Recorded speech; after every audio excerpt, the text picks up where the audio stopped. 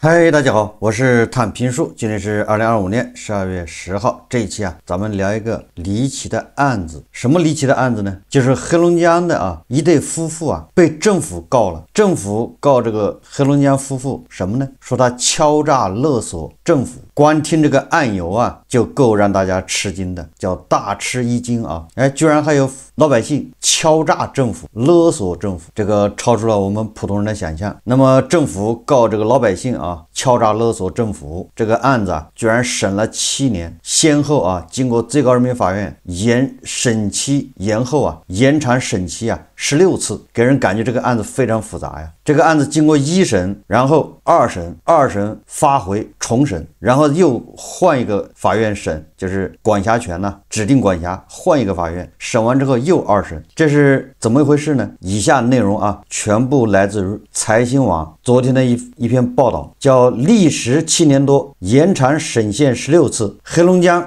敲诈勒索政府案维持原判。因为这个案子非常复杂，影响很大，所以我就照着财新网这个给大家讲一讲。这个不是我杜撰这个以避免这个带来不必要的麻烦。那这是怎么回事呢？一个老百姓怎么还能敲诈勒索政府呢？这个超出我们想象一般的对吧，是坏人敲诈勒索老百姓，要么是坏人敲诈勒索贪官，也就是被敲诈勒索的一方一定是有什么把柄或者软肋，对吧？然后被人抓住了，有不可告人的东西，有不可告人的秘密在人家手上，人家拿这个来威胁要挟他，这不是一般的敲诈勒索吗？那按照这个黑龙江法院的判决难道政府手上有什么软肋，有什么把柄被这个老百姓掌握了吗？那否则怎么谈得上敲诈勒索呢？如果你政府对吧都是光明正大堂堂正正，那怎么敲诈勒索那反过来说如果政府真的有软肋被抓住，那说明政府错了，那政府错了，那也不能叫敲诈勒索你政府叫改正就行了，这拨乱反正嘛。所以这个事情非常蹊跷。这个事还要说到7年前，2018年10月，因质疑地方政府部门行政行为违法而连续上访，黑龙江甘南县经营出租车业务的曹瑞、丁凤夫妇被以敲诈勒索罪分别判处有期徒刑13年，并各处罚金200万元，就是夫妻俩要罚400万，坐13年的牢。这个1审法院的认定事实是什么呢？说这个曹瑞、丁凤夫妇俩对甘南县道路运输管理站也就是这个县下面有这个叫运管站，这个运管站主要是管那个交通比如说那个公交路线对吧，这个县域的这个出租车叫运管站，这是他们的这个职责。那么这个曹瑞、丁凤夫妇就对这个运管站工作人员扣燃油补贴不合理，出租车过户罚款问题，也就是这个甘南县运管站日常的管理这夫妻俩认为它不合理。还有这个运管站在对当地这个出租车公司运营它不要进行招投标吗？那么这夫妻俩也提出了质疑，认为你这么干没有公开招标。这个曹瑞、丁凤两个人他就持续上访，对吧？你跟你讲不了理，我跟你的上级单位讲理，你的上级单位不讲理，那我就往县里面，县里面说不清楚，往省里面，省里面说不清楚，那我就到首都，总有一个说理的地方。迫于信访压力，甘南县交通运输部门，那也就是这个运管站的上级单位给曹氏夫妇23辆出租车运营指标，也就是说你这个曹氏夫妇恐怕他能成立一个出租车公司，你可以有23辆出租车，你也可以成立俩出租车公司，对吧？一个公司10辆，一个公司13辆，就这意思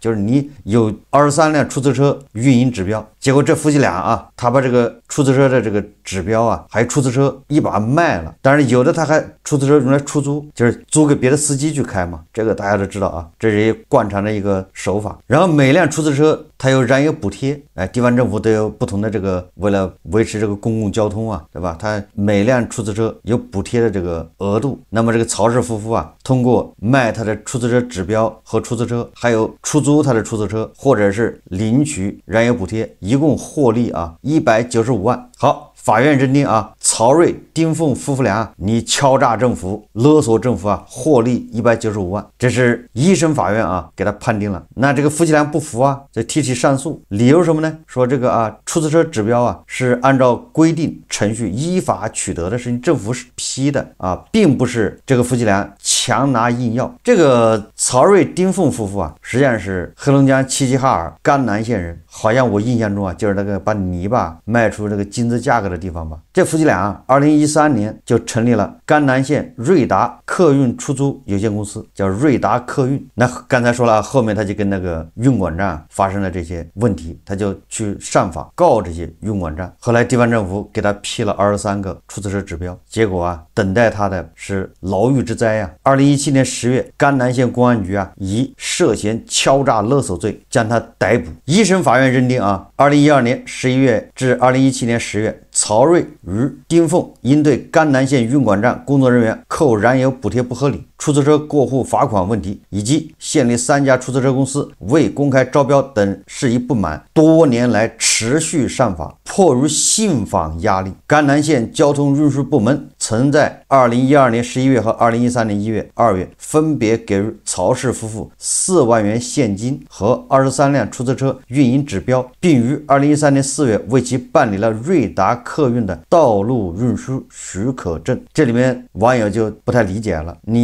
既然你运管站没问题，你政府没问题，那人家上访你怕什么呢？为什么一上访你就给人家办这个运营指标呢？你还给人家送4万，这个就理解不了了，对吧？不错亏心事啊，不怕鬼敲门呢。2013年3月到2017年9月，曹某、丁某这夫妻俩先后将23辆带有营运指标的出租车中的15辆陆续出售，15辆卖掉了啊，获利102万，对外出租10辆带有营运指标的出租车，获利26万。2013年到2015年间，领取出租车燃油补贴62.7万。所以甘南县法院啊，据此认定夫妻2人因敲诈勒索罪获利195万。这个甘南县法院还说啊，2016年1月、2月，丁凤以瑞达客运未分到出租车指标，以及甘南县个体出租车行业协会权力过大为由，到北京核心地区上访，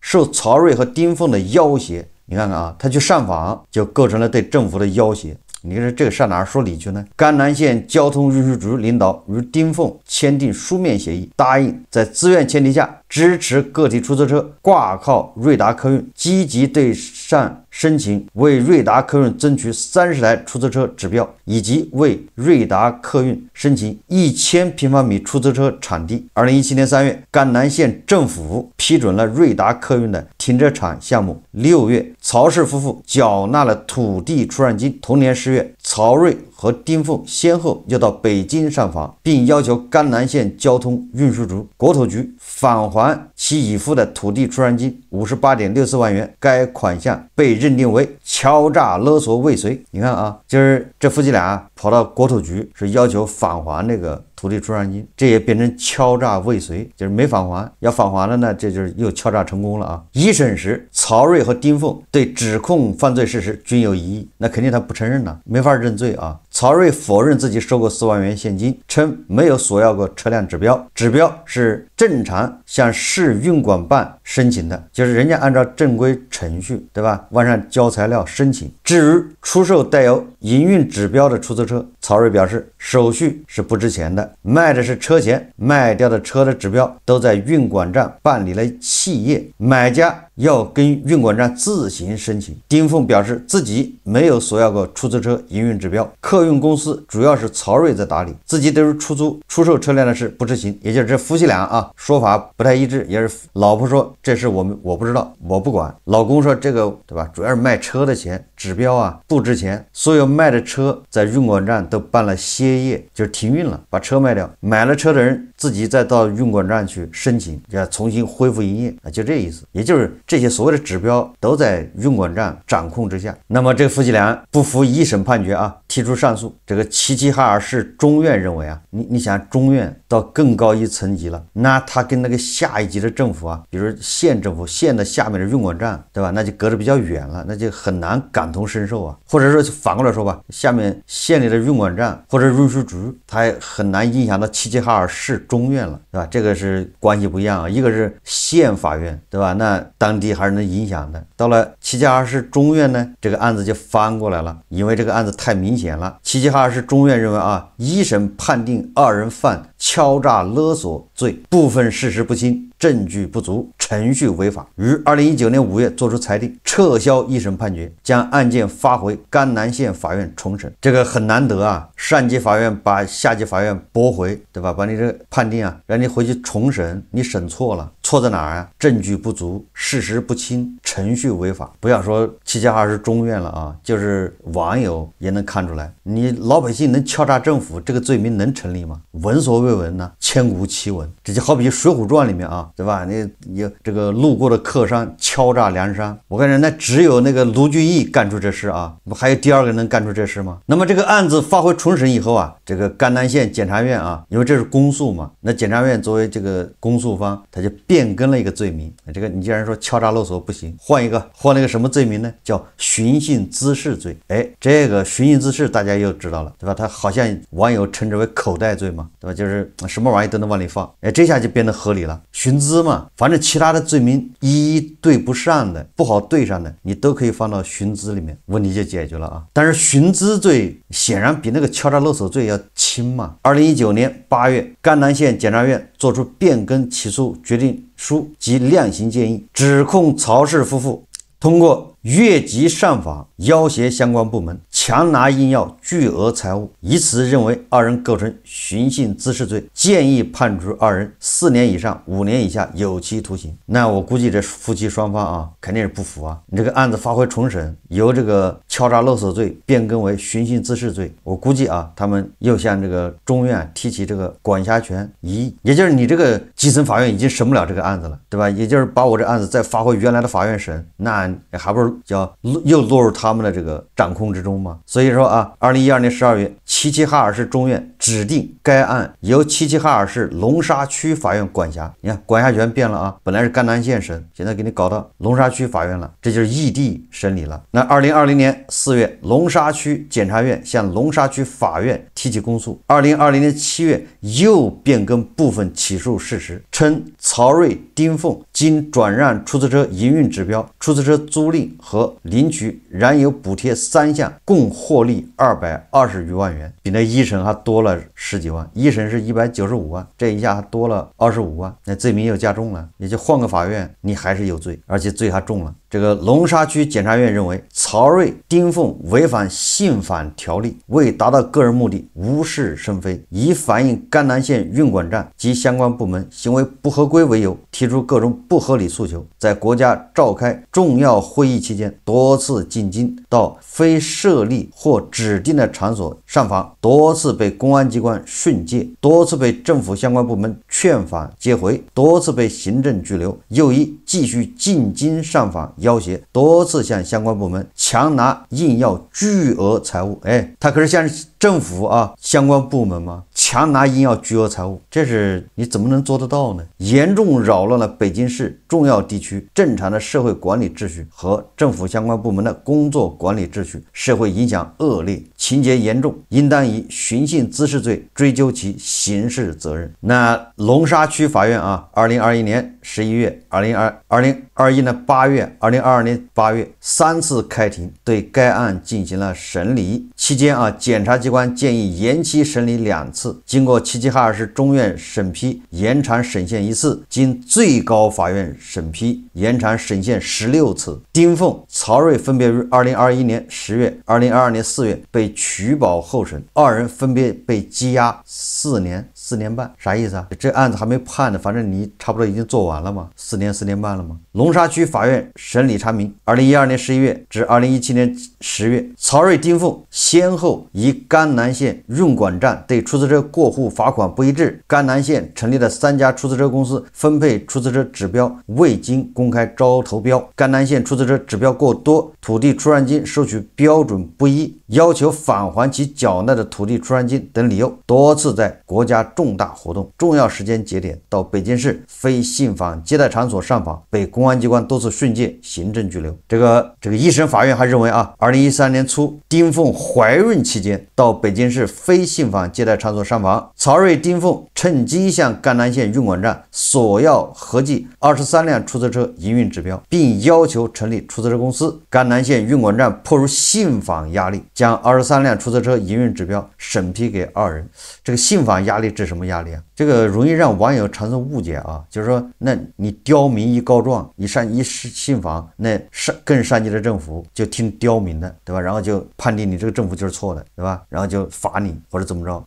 那只能这么理解啊，要不然一信访，那个被信访的政府为什么害怕呢？他有什么好怕的呢？光明磊落怕什么？对吧？依法行政，依法依规。所以说啊，迫于信访压力，将23辆出租车营运指标审批给二人。那下面就是说啊，这个在这2013年到2017年呢，这个夫妻俩把那个出租车指标和出租车啊，反正就卖了啊，获利103万，然后把这出租车出租啊，租给别人开。收取租金25.7万，然后2013年到2015年这2年领取燃油补贴62.7万，这一共是191.7万。那么这个龙沙区法院认为啊，你这都是曹睿、丁凤啊，是到非信访接待场所非法上访为要挟获取的巨额财物。不过这个龙沙区法院他说了一句话啊，他说啊，曹睿、丁凤在享有法律赋予的信访权利的同时，应当按照法律法规的规定，向有关机关设立或者指定的接待场所提出，不应到非接待信访的机关和区域滋事扰序，更不应借机索取财物。曹睿、丁凤多次在国家重大活动、重要时间节点到北京市非信访接待场所非法上访，被公安机关多次训诫、行政拘留后不听劝阻，继续到上述区域非法上访，并以此为要挟索要财物，情节严重，其行为已构成寻衅滋事罪。当然了，这个曹睿、丁凤夫妇他们肯定不认为自己是非法的啊，他认为是合法上访，不构成犯罪啊，坚称啊，出租车指标和场地不是上访得来的，都是正常申请，有正规手续可查。这个辩护律师啊，也为这个夫妻俩做无罪辩护，就是没有罪。为什么呢？说啊，曹睿、丁凤上访有明确的诉求，其行为不符合寻衅滋事的目的，就是人家上访是有理由、有依据的，去反映情况，不是去闹事、寻衅滋事嘛，对吧？这个曹睿、丁凤获得23辆出租车营运指标、燃油补贴以及后期出租出售行为，不构成强拿硬要。在案证据可证实，曹睿、丁凤获取的出租车营运指标是为了运营出租车、经营出租车公司。曹睿是按照运管站规定递交申请，通过正常审批程序获取的指标，不是违法获取，且营运指标不是市场流通物，不能定价。燃油补贴依法依规取得，租赁及出租出售出租车收益可能存在不规范之处，但与强拿硬要、寻衅滋事没有关联性。这个法院认为啊，这个夫妻俩啊获得了这个燃油补贴，获得了出租车指标之后，仍然继续非法上访，给人的意思就是政府答应你了啊，你没有息事宁人，满足你了，你还要进一步去上访，你稍有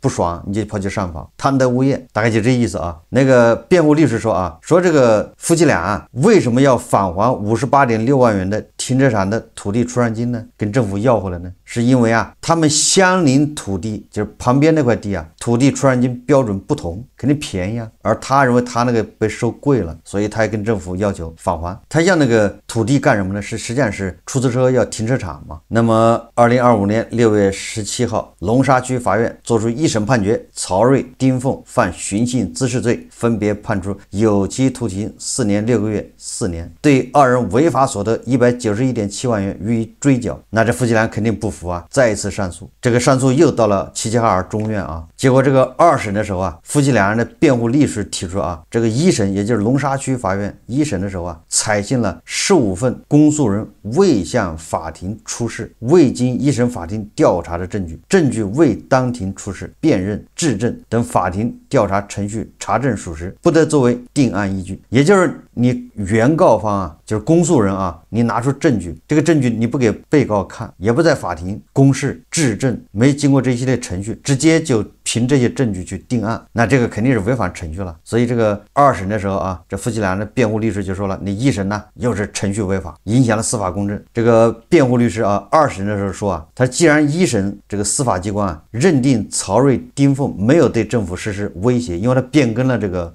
这个起诉的罪名嘛，定罪的吧，由这个对政府实施敲诈勒索变成寻衅滋事了。那既然没有实施威胁、要挟行为，政府也没有产生恐惧心理，你说政府居然还被老百姓搞得恐惧心理，这说不过去啊。所以其涉案行为不构成敲诈勒索罪，也应当认定其不构成强拿硬要型寻衅滋事。寻衅滋事一般是破坏什么秩序的吧，影响公共交通或者不这些东西叫寻衅滋事。结果他这个寻衅滋事好了，是变成要钱。在案证据可以证明，曹睿名下的21个出租车营运指标是甘南县委、县政府2套班子集体开会研究决定后，由甘南县运管站依法履行行政审批职责。说甘南县委、县政府2套班子没有受到信访压力，并产生集体恐惧。也是啊，你那个县委、县政府2套班子，人家开会研究这个指标给谁？你说谁能给县委、县政府2套班子压力？那么集体表决通过的，对不对？曹睿、丁凤不可能对甘南县委、县政府2套班子成员实施强拿硬要。你能威胁整个政府的集体班子吗？这每个县还4大班子，对吧？县委书记、县长、人大主任、政协主任，对吧？哎，你能把他们所有人同时威胁了吗？辩护律师还称啊，说一审判决认定本案中的公司财务是出租车营运指标，但是出租车营运指标指的是许可特定车辆上路经营载客，是一种资格，其法律性质为行政许可，是一项具体行政行为，而不是财务。因此本案中不存在公司财务这一入罪要素。也就是说，你就是寻衅滋事，你也不能说他寻衅滋事要了钱，所以他的罪名不成立啊，这就是辩护律师的理由啊。实际上这个大家也能理解啊，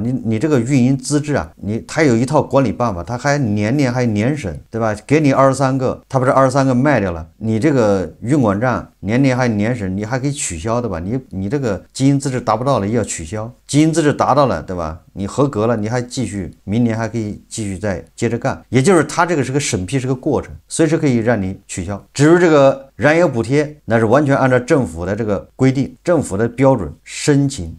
有这个正规手续审批。至于这个出租车出租，对吧？租给别人开，那这个完全是一个市场行为，没有违法也没有违规。齐齐哈尔中院表示啊，根据刑事诉讼法相关的规定，第二审法院应当就第一审判决认定的事实和适用性法律进行全面审查。在这二审一般的审什么呢？二审审的是你一审法院这个适用的法律对不对，第二个你一审法院这个程序对不对。他不再审这个一审审过的那些证据，除非啊你在二审期间发现了新证据，这个新证据是以前你拿不到的啊，这个新证据啊你可以拿到二审来，二审法院再重新对它进行审理这个新证据。所以说一般的只要一审法院依法依规的审理，二审法院是不会把一审法院推翻的，只要你的这个程序合法，你适用法律正确，一般的都这样啊。所以这个齐齐哈尔市中院第二次审的时候，他呀庭审过程中，法庭组织控辩双方对全案证据进行了充分的质证，保障了上诉人及辩护人的质证权，依法纠正了一审庭审中证据出示不规范的问题。也就是刚才说了，一审还有15份证据啊没有经过质证，没有经过庭审，对吧？没有让被告看，那么在二审的时候这些证据都展示了，都来充分的进行质证，相当于把这个一审啊这个程序上的这个瑕疵啊不完美啊给它弥补了，就这个意思啊。但是啊二审法院依然认定啊，说寻衅滋事罪中强拿硬要公私财物，既包括有形财产，也包括无形财产性利益。曹睿、丁凤多次到国家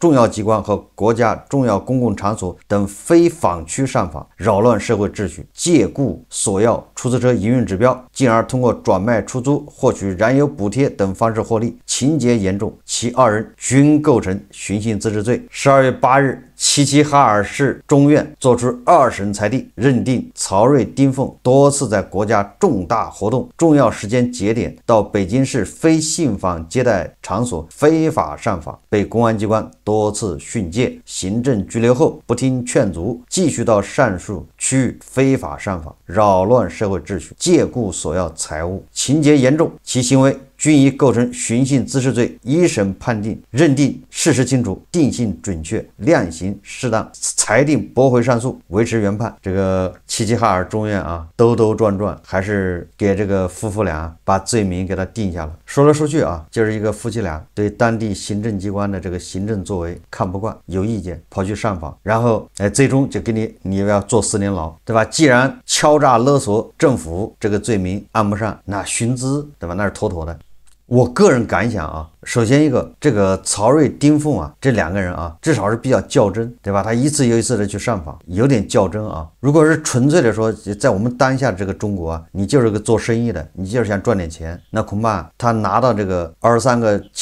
出租车指标，拿到燃油补贴之后啊，他恐怕就开始做生意了，对吧？你老是跟政府对着干，其实没好处，那叫父母官呢，这么管你的。我说的是从一个做生意的角度看啊，但是从一个维护权利这个角度来看，那他的做法也没错，对吧？他就觉得他的权益受到损害了，他就认为你当地行政不规范，对吧？双标不透明，对吧？既然你这不说理，我就去举报上访。那最终地方政府给他落实了一个罪名。那这个夫妻俩如果再不服的话，那只能申请再审，向黑龙江省高院啊申请再审。但是再审很难，这个再审的这个启动啊非常难。一般的咱们叫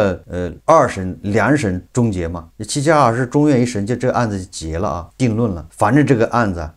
不管怎么说，看完之后总感觉哪里是怪怪的。这个地方政府为什么害怕这些人上访呢？你上访也得依法呀，对吧？你怎么能告冤案，对不对？你冤枉地方政府，那你没用啊。上级部门、上级政府来一查啊，这是冤案，你冤枉了地方政府，那不是这访民你有问题啊，对不对？你各级政府，你只要是秉公执法、透明阳光，你真的是追求法治，那按理来说就没有上访这一说啊。但是偏偏他又有上访制度，你说这很奇怪啊。完了上访制度呢，你稍微不小心，你就变成寻衅滋事，也不能越级上访，你得一级一级来。总之啊，就非常奇怪。就是网友更关心的是什么呢？为什么他一上访你就给他23个出租车营运指标呢？难道真的是一什么把柄在人家手上？可以说是一言难尽啊。好，这期节目啊，咱们就聊到这里，感谢大家收看。如果喜欢我的节目，欢迎订阅、转发，也可以在下方留言评论，谢谢大家。